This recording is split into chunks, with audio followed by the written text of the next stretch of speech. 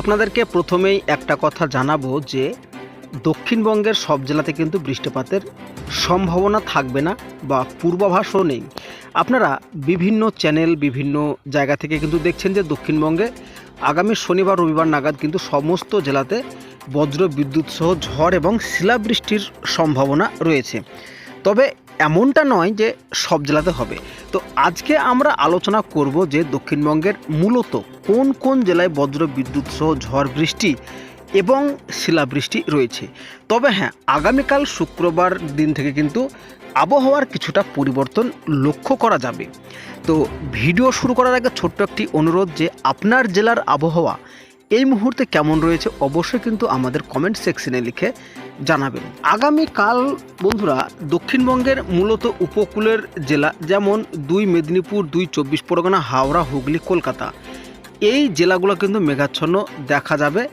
পাশাপাশি বাংলাদেশেরও উপকূলের যে সমস্ত জেলাগুলো রয়েছে সেই সমস্ত জেলাগুলোতে কিন্তু মেঘাচ্ছন্ন ভাব লক্ষ্য করা যাবে। তবে পরবর্তী সময়ে কিন্তু এই দুই জায়গা থেকে অর্থাৎ দক্ষিণবঙ্গ এবং বাংলাদেশের যে জেলাগুলোতে সকালবেলা মেঘাচ্ছন্ন ছিল সেই মেঘাচ্ছন্ন কিন্তু পরিষ্কার হয়ে যাবে এবং তাপমাত্রা মোটামুটি 37-38-এর ঘরে পৌঁছে যাবে।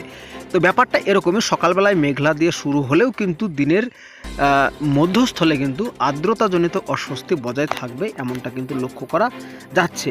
তবে বিকেলের পর থেকে কিন্তু দক্ষিণবঙ্গের আবহাওয়া একটু একটু করে কিন্তু মেঘ প্রবেশ করতে শুরু করবে এবং রাত্রিবেলার দিকে যেটা দেখা যাচ্ছে 2 মেদিনীপুর এবং হাওড়া, হুগলি, কলকাতায় কিন্তু বৃষ্টিপাতের সম্ভাবনা থাকবে।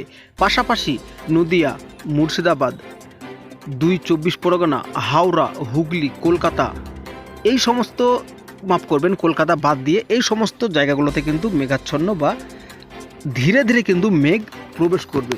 পাশাপাশি উত্তরবঙ্গের ক্ষেত্রেও যেটা আমরা দেখতে পাচ্ছি যে আলিপুরদুয়ার, কোচবিহার, শিলিগুড়ি এই সমস্ত জায়গাগুলোতেও কিন্তু বৃষ্টিপাতের সম্ভাবনা তৈরি হবে এবং বাংলাদেশের ক্ষেত্রেও কিন্তু মেঘ প্রবেশ করতে শুরু করবে আগামী শুক্রবার রাত্রি থেকে। পাশাপাশি শনিবারের দিন সকালবেলাতে কিন্তু অংশত মেঘলা টানবে দক্ষিণবঙ্গের সমস্ত জেলা, পাশাপাশি বাংলাদেশের সমস্ত জেলা এবং মালদা, দার্জিলিং, শিলিগুড়ি, আলিপুরদুয়ার, কোচবিহার এই সমস্ত জেলাগুলোতে কিন্তু ব্যাপক বজ্র বিদ্যুৎ সহ বৃষ্টি কিন্তু শুরু হয়ে যাবে। পাশাপাশি শনিবারের দিন আমরা বিকেলের দিকে যদি লক্ষ্য করি বা দুপুরের দিকে যদি লক্ষ্য করি, তো দুপুরের দিকে কিন্তু বাংলাদেশের উপকূলের জেলার যে সমস্ত জায়গাগুলো রয়েছে বারগুয়ামা, বরিশাল, খুলনা, কলাপাড়া, খেপুপাড়া এই সমস্ত অঞ্চল, কুমিল্লা এই সমস্ত অঞ্চলগুলোতে কিন্তু শিলাবৃষ্টির একটা সম্ভাবনা রয়েছে। তবে বিকেল ও সন্ধ্যার দিকে 2 মেদিনীপুর, হাওড়া, হুগলি, কলকাতা এই সমস্ত জায়গাগুলোতে কিন্তু আমাদের দক্ষিণবঙ্গের বৃষ্টিপাত কিন্তু আমরা দেখতে পাচ্ছি। তাছাড়া কিন্তু দক্ষিণবঙ্গের বাদবাকি জেলার আকাশ মেঘলা থাকলেও কিন্তু বৃষ্টি শুধুমাত্র থাকছে হাওড়া, হুগলি, কলকাতা, 2 চব্বিশ পরগনা এই জেলাগুলোতে। এবং রবিবার যদি আমরা লক্ষ্য করি, রবিবার সকালবেলার দিকে নদিয়া, বাঁকুড়া, পুরুলিয়া, পূর্ব পশ্চিম বর্ধমান এবং পূর্ব পশ্চিম মেদিনীপুর এই কয়টা জেলাতে কিন্তু আকাশ মেঘলা থাকবে। বাংলাদেশের ক্ষেত্রে কুমিল্লাতে একটু বৃষ্টিপাত সকালের দিকে লক্ষ্য করা গেলেও গোটা বাংলাদেশে কিন্তু আকাশ মেঘাচ্ছন্ন থাকবে এবং রবিবারের দিনে যেটা দেখা যাচ্ছে যে আকাশ সারা দিনই কিন্তু মেঘাচ্ছন্ন থাকবে। তবে বিকেল ও সন্ধ্যার মধ্যে কিন্তু রবিবারের দিন আকাশ পরিষ্কার হয়ে যাবে।